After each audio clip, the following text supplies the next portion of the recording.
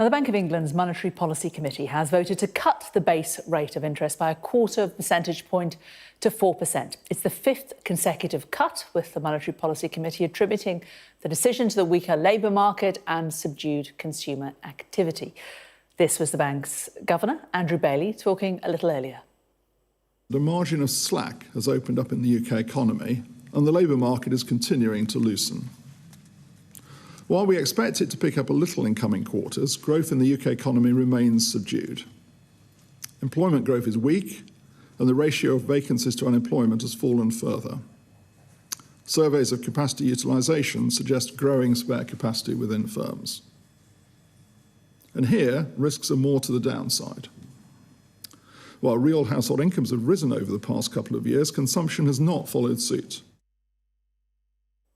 Well, joining now is a panel of experts who are here to answer the questions that you've been sending in about what today's decision means for your mortgage, savings, your wallet and the wider UK economy as well. Let me introduce you to them.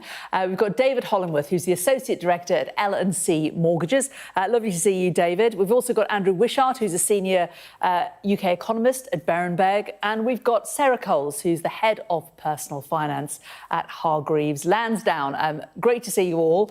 Let's just get your take, first of all, on the cut itself. David, what did you make of the decision? So it was widely expected. So as far as the mortgage market is concerned, if we hadn't seen a cut, that would have been more of a shock and could have had implications for mortgage rates. But the market's been moving consistently in the last few weeks and months. Markets have been expecting that base rate will continue in a downward path. It's been more a case of how quickly and when that would come. So it's given lenders a little bit of manoeuvre room, and they've been taking hold of that and passing through any potential reduction in funding costs to borrowers. So mortgage rates have already been improving.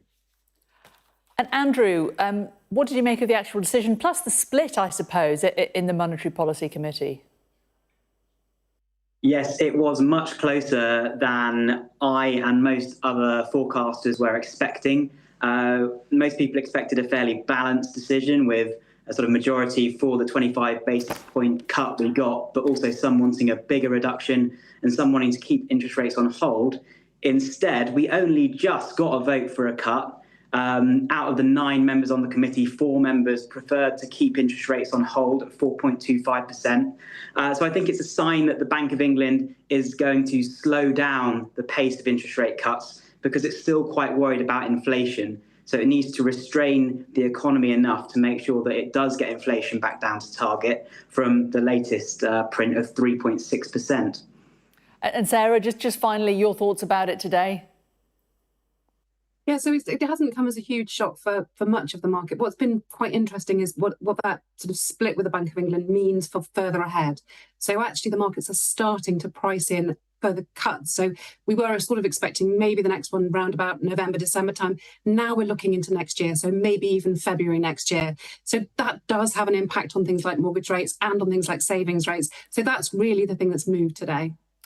OK, well, we've got lots and lots of people who've got in touch with their questions, much better than mine. Chris has asked, and this one's for you, David. He says, my mortgage is up for renewal in October. When's the best time to start looking? How long do mortgage companies take to drop the rates for their new fixed product? So I suppose, should Chris be looking now, David, or should he wait for a little bit? I'd really encourage him to start the process now. What you want to be able to do is shop around the whole market. So not just look at what your current lender might offer you when your deal comes to a close, but also looking at what's available in the open market. It's hugely competitive out there. Lenders have been chipping away at prices wherever they can and scrapping for business in many ways. So they do want to lend, and that could be to the benefit. But you do want to have a little bit of time, because if you are going to switch to a new lender, it will just take a little bit of time to put that in place. And having a little bit of it, that will help you have a smooth switch over rather than risk falling onto a high standard variable rate. So starting now would be good. But I would say, obviously, borrowers will be wondering, does today's decision mean that we might get even more cuts to rates? That's not necessarily the case, particularly for fixed rates, which had already priced in today's decision. But even if you do, you can keep an eye on what's happening in the market. And often before completing, you'll be able to switch across to any better rate whilst protecting against any potential downsides that could come if the markets begin to feel that interest rates may not fall as rapidly as they previously thought. So essentially, get your finger out, Chris, but then keep an eye on rates in case they do change before you finally sign on the dotted line. And an economics question now for Andrew. QED has got in touch saying inflation is nearly double the bank's target and rising. This is the Bank of England's sole responsibility. Why are they now focusing on jobs? It's a great question, and I think the split vote today shows that quite a lot of the members are worried about inflation. I suppose the reason is that inflation is a lagging variable. So normally what we'd expect to see is high interest rates reducing spending in the economy, therefore reducing sort of a competition for goods in the shops and for workers in the labour market, which gives you, in time, lower pay growth and lower inflation. So that's why the Bank of England is also looking at the jobs market. We have seen vacancies come down a lot, the unemployment rate creep up, and that means, it's a lot easier for firms to hire workers now than it was previously. We're starting to see that translate into lower pay growth, and in 6 months, a year's time, that will mean that companies have less costs that they need to pass on to customers, and it should bring inflation down. So that's the reason, but there's obviously concerns on both sides of the argument. People more worried about high inflation and people more worried about that weakness in employment. And Andrew, are you worried about the bank saying that inflation is going to go back up again? Andrew Bailey seemed quite relaxed about it. He said it's going to go up, but then it's going to come back down. But there'll be other people who'll be looking at that going, what? It's going in the wrong direction again? Yeah, I think that we are seeing the consequence of a big increase in wages due to the minimum wage increase in April and the tax increase, employers' national insurance contributions also in April, leading to a big increase in companies' costs. And I think that's why inflation is on the up at the moment. I was worried about inflation staying high and not coming down next year. But recently, I've seen a couple of signs that make me a little bit more confident that the Bank of England will succeed in getting inflation down. The first one is, as we've already mentioned, pay growth starting to slow down from 5% year on year, which is really high by historical standards, back towards the 3% pace that is needed to get inflation down to 2%. And secondly, some signs that companies aren't able to pass on all of the increase in their costs to customers through higher prices. So that would be a sign that companies have lost some pricing power, and that squeeze on their margins is encouraging from the point of view of wanting inflation to come down. OK, back to personal finance. Let's bring in Sarah Coles now at Hargreaves Lansdown. And Sarah, John has got in touch.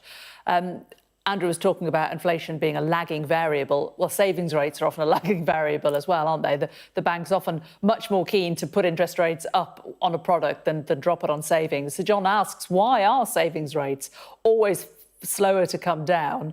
And why does no one, always faster to come down than go up? And why does no one hold the banks to account? Well, John's absolutely right. This is exactly what happens. So what you tend to find with the banks is nobody wants to be further ahead than everyone else. They want to be ever so slightly further ahead, but not too far. So what that means is when everybody's cutting, people are quite keen to cut to get behind the person who's sort of next in line. And similarly, when they're kind of moving up, they don't want to go too far ahead. So you tend to find them nudging very slightly up.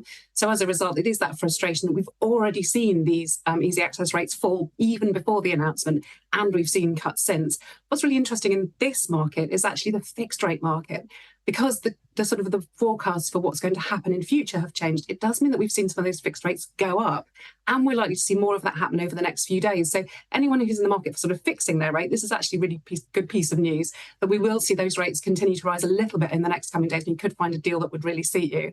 I mean, in terms of sort of banks being held to account, a lot of it is really down to us, because the vast majority of our money is with the high street banks, and you will get a much better rate from a new bank or a savings platform. So it's really about sort of of seeing what else is out there, because we do know that in the absolute dire straits, the FCA, the Financial Conduct Authority, will step in and will sort of have a word with the banks and say that they're going to do an investigation, and that will have an impact. But that doesn't tend to happen quickly. Nothing moves fast in the world of the Financial Conduct Authority. So in the interim, it really is sort of the onus is on you to make sure you're getting the best possible rate. Yeah, you have to be really active, don't you? And you have to sort of be really actively monitoring what's happening with your money, rather than just, as you say, leaving it in one place and thinking it's going to be okay for years and years.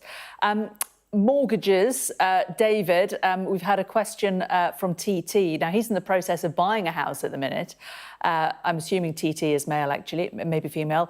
What would this mean for somebody who is already in the process of buying a house at the moment that rates are going up? I suppose you may have had a mortgage agreed in principle. Now the rates are going down.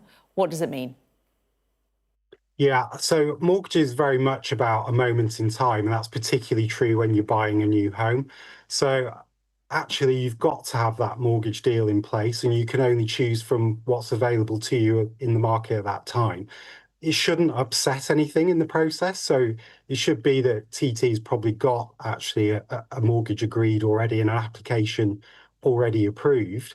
The only thing that they could do is just keep an eye on what's happening with rates. We're not necessarily expecting there will be a big shift in fixed rates at all, because as previously said, that will have already priced in today's cut anyway. And if anything, if the markets feel that further base rate cuts may be further down the line, we could even see some fixed rates nudging up. It's been a bit of a mixed bag in recent weeks.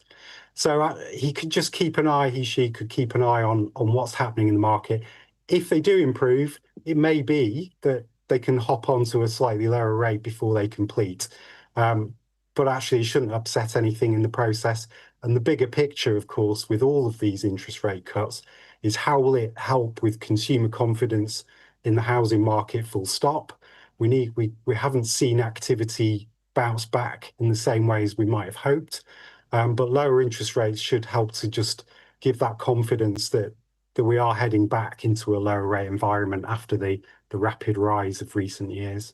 OK, thank you. For anyone who's just joining us on Sky News, we are holding a live question and answer session with our experts on today's interest rate cut by the Bank of England. Just a reminder, you can continue to send in your questions through our Money blog. You can just scan the QR code on the side panel of your screen. We're joined by David, who's an expert on mortgages. We're joined by Andrew, who's an economist, and Sarah, who's involved in personal finance. Andrew, senior UK economist at Berenberg. We've had an economy question. From Paul, does the bank's interest rate always exceed the inflation rate? I think I know the answer to this one. Well, it doesn't always. It's a good job it wasn't a couple of years ago, wasn't it? Yeah, exactly. So if you take the long sweep of history, normally the interest rate is above the inflation rate. But after the financial crisis, we had a situation where the Bank of England was really struggling to get inflation up to 2% because of, banks repairing their balance sheets after those implosions of the financial crisis, and also the austerity policy also sucking demand out of the economy. But that's a pretty unusual situation. Now we've gone back to something which is more normal, with interest rates above the inflation rate.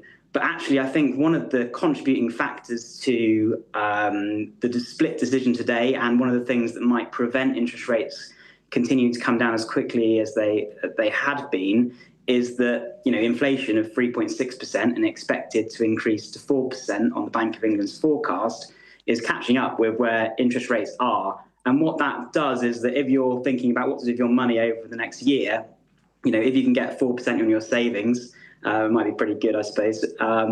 But you expect prices to rise by 4% over the next year. There's no real incentive to save. You may as well buy whatever it is you're thinking of purchasing now, because ultimately, you'll be in the same spot as if you save that, you get that 4% interest, and then the price has gone up by 4% anyway. So there is a bit of a concern that because the interest rate is, or the inflation rate is getting close to the interest rate, that means interest rates are less of a drag on spending. And that could mean that demand actually speeds up, which is exactly what the Bank of England wants to avoid, because it's not yet completely sure inflation is on a path back to 2%. Okay, perfect sense. Sarah, we've had a message from Jason. Now, he says, if saving rates are going to be falling, can you advise on what kind of places I could look for better returns while still being able to access my cash? Because you were talking about some of those accounts earlier, and I think a lot of those fixed rate accounts, the fixed rate comes with the fact that you have to leave your money there for a year or 5 years or whatever. Yeah, so there's a couple of things you can do. So I think a lot of people will have their money with the high street, and especially if they're in a branch kind of based account, it means that you might be getting as little as just over 1%. Now, just simply moving that to a new online bank, so a relatively new online bank, you could get up to 4.5%. So that is a massive difference. The banks really rely on that inertia that we're sort of afraid to move on with. We don't really like to spend time thinking about our savings because it's not the most exciting part of our lives. So they wait for us to sort of just hang about on these low rates. So I would definitely say, don't assume everyone is cutting rates and don't assume that this is as good as it gets. Do search around. It's worth looking sort of, particularly on those online banks and savings accounts. The other thing I would say is think about whether or not you can tie up your money for a particular period. So you don't need to be tying it up for sort of, a year, 2 years, 3 years. You can tie it up for as little as a few months. And in return, you will get a sort of fixed guaranteed rate according to that. Now, what's really interesting is for a long time, we've had actually easy access rates have been higher than these fixed rates because of this weird thing that's been going on with the yield curve. That's actually changing. So in the next couple of days, we're expecting to see those fixed rates overtake easy access rates. So you could be getting a better rate in return for tying it up. OK, good advice. Sarah, Andrew and David, thank you both so much for now. We're going to take a short break. We'll be back with more of your questions in a couple of moments. Stay with us.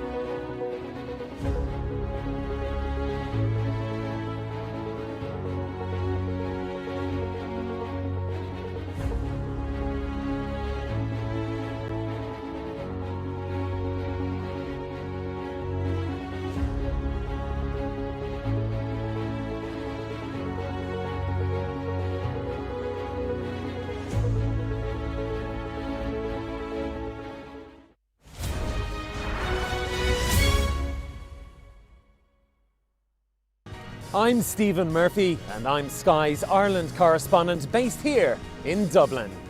The waters of Ireland and Britain should be home to great white sharks. If there are great white sharks in this area, there's no reason they wouldn't come here to feed. It's basically a buffet on a beach.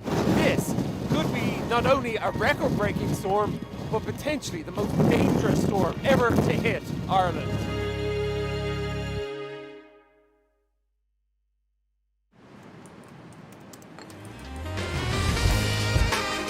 You want to talk business? Meet me in the On-Board Lounge.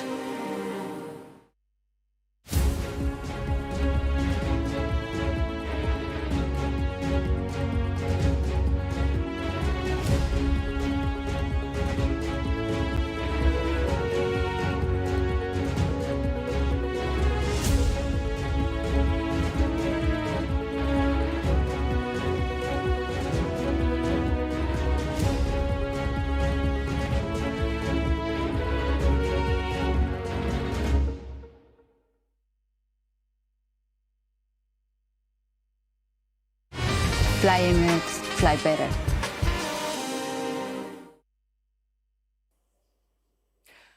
Welcome back to our special Q&A on today's base rate cut to 4%. My guests here are answering questions sent in by our viewers. Still with me are David Hollingworth, Associate Director at L&C Mortgages, also Andrew Wishart, Senior UK Economist at Berenberg, and Sarah Coles, who's Head of Personal Finance at Hargreaves Lansdown.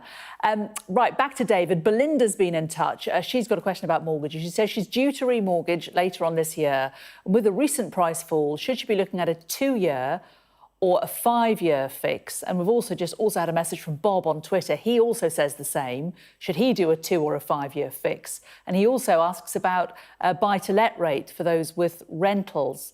Will it be passed on to them quickly, or will they have to wait a bit longer? So the 2 and 5 year fit, how long to fix for? That's one of the most frequently asked questions.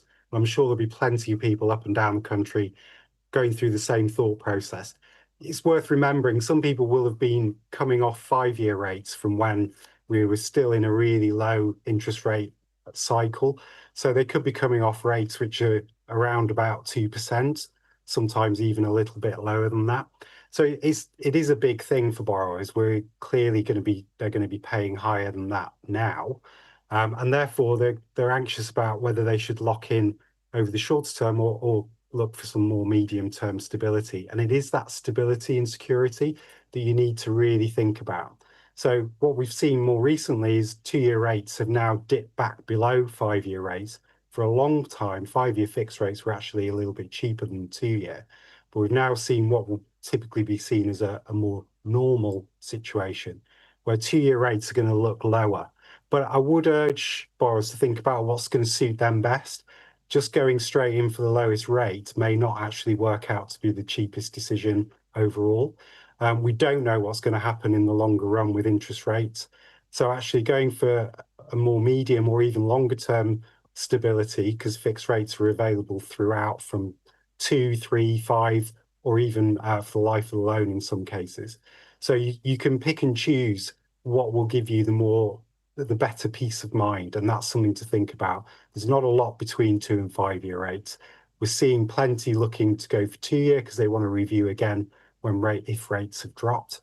But I think that it's worth taking a breath and just thinking about whether medium term may well be suited to you. And of course, if you do it every 2 years, you've got to pay the fees every 2 years as well. So you need to sort of factor that in, don't you? Quick one about buy-to-let. Will they benefit in the same way from rate falling, or are the lenders traditionally a bit slower to pass them on? Buy-to-let rates should improve as well. And so landlords should keep an eye on it. It's been a tough time for landlords. There's a lot of other factors at play here. So, the way that rental coverage is looked at by lenders to determine how much they can borrow is often one of the primary concerns. And then it's a case of looking at what kind of rate and what lender criteria will fit that.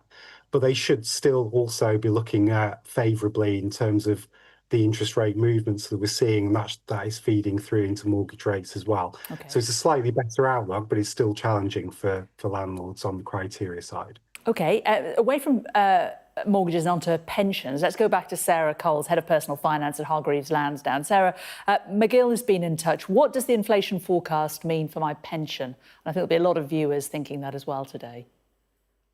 Yeah, so definitely focus the mind, because when you get a sort of a forecast that it's going to be 4% in September, we know that the triple lock on the state pension, that's linked to one of 3 things. So it's either the inflation rate in September, or it's the wage rate in July, or it's 2.5, whichever is highest amongst those. So there'll be people thinking, well, does that now mean that I will get a 4% rise in my state pension? Well, the good news is that actually it's a little bit unlikely to be that 4%, because wage rates at the moment are rising faster. So wages at the moment are rising at 5%. Now, they are expected to ease a little, but they're not likely to ease all the way back to 4%. So you're likely to get somewhere between 4% and 5% in the rise in the state pension. Of course, the flip side of that is that inflation does affect pensioners particularly hard. And because inflation is focused on those things like bills, on food prices, and they spend much bigger parts of their income on those things. So actually, inflation will be hitting pensioners quite hard. So it's kind of flip side that there is a good chance your state pension will go up, but you're going to have to budget very carefully in the interim. OK, final quick question to Andrew, another economy question. This is from Paul B. Andrew. He says, it's from Oscar. Why can the Bank of England not cut the interest rate down to 2% as in the EU instead of cutting it 1.25% every 3 months? So why do they do it gradually? Explain. Yeah, well, I think they do it gradually because, the Bank of England is trying to balance getting inflation down against providing, not keeping interest rates too high to avoid unnecessary job losses. So for the Bank of England's point of view, there probably does need to be some job losses in order to bring down price pressures and bring down spending and in turn inflation. But it's a balancing act. And basically, they're just trying to calibrate policy by going in those small steps. In terms of why interest rates in the UK are higher than that in the euro area, well, historically, there's always a bit of a gap because growth and inflation tends to be a bit higher in the UK than continental Europe. But at the moment, the issue is more that inflation in the UK is an outlier among international economies, and that's partly a result of decisions made by the government. As I mentioned earlier, the big increase in labour costs is putting up a pressure on inflation. That makes the UK a bit of a problematic one on that front. OK, fantastic stuff. Andrew Wishart, Senior UK Economist at Berenberg, thank you very much for explaining all the tricky economic implications of it. Sarah Coles, Head of Personal Finance at Hargreaves Lansdown, thank you for explaining how it affects things like our savings, those of us who are lucky enough to have any. And David Hollingworth, the debt man at Mortgages and House Buying, the Associate Director at L&C Mortgages, thank you for explaining all about the impact on mortgages. Have a great day.